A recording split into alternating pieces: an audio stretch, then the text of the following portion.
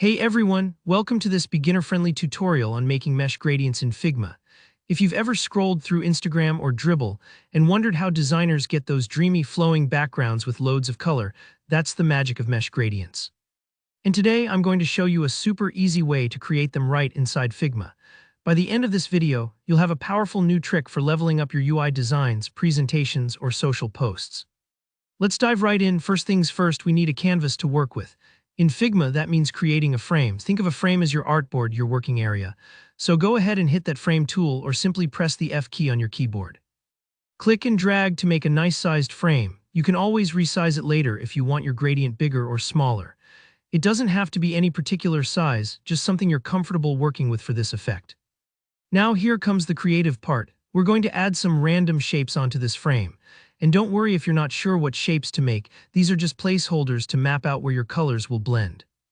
I recommend keeping things simple for your first try: ovals, circles, even a few irregular blobs if you're feeling adventurous. Scatter them around the frame so they're not overlapping too much but still close enough to blend together later on. Remember, the more playful you get with their arrangement, the more dynamic your mesh will look down the line. Once you're happy with your placement, it's time to fill those shapes with color. Here, where you can really have some fun. Select each shape and pick a color that contrasts nicely with the others. Try bold, vibrant tones like rich blues, pinks, or oranges, or if you prefer something softer, go with pastels that blend gently. This step is a bit like deciding which paints to dab on a canvas before you start blending.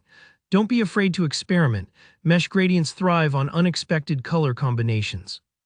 After coloring your shapes, the next step is to select all of them together. You can do this by holding down Shift and clicking each shape, or by clicking and dragging your mouse to lasso them all at once. With all your shapes selected, look over to the right-hand panel, find the Effects section and add a new effect. Choose Layer Blur. This is the key part that fuses your separate colors into a beautiful blended gradient.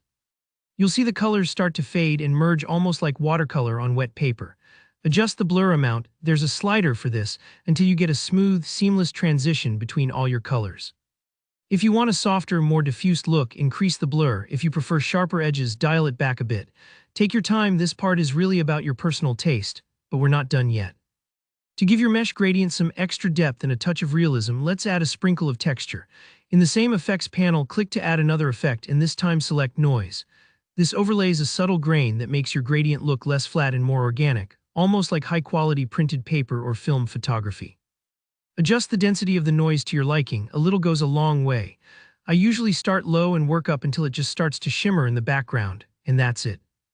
In just a few steps, you've made a totally custom mesh gradient right inside Figma. Don't worry if your first one isn't perfect. Tweaking the colors, blur, and noise just takes a little practice. Play around, try new shapes or color combos, and before you know it, you'll be making backgrounds that really set your designs apart. If you found this tutorial helpful, please hit that like button. It really helps the channel. Drop any questions or share what you made down in the comments. I love seeing your results. And don't forget to subscribe for more easy, creative tutorials in Figma and design. Thanks for watching, and I'll see you in the next video.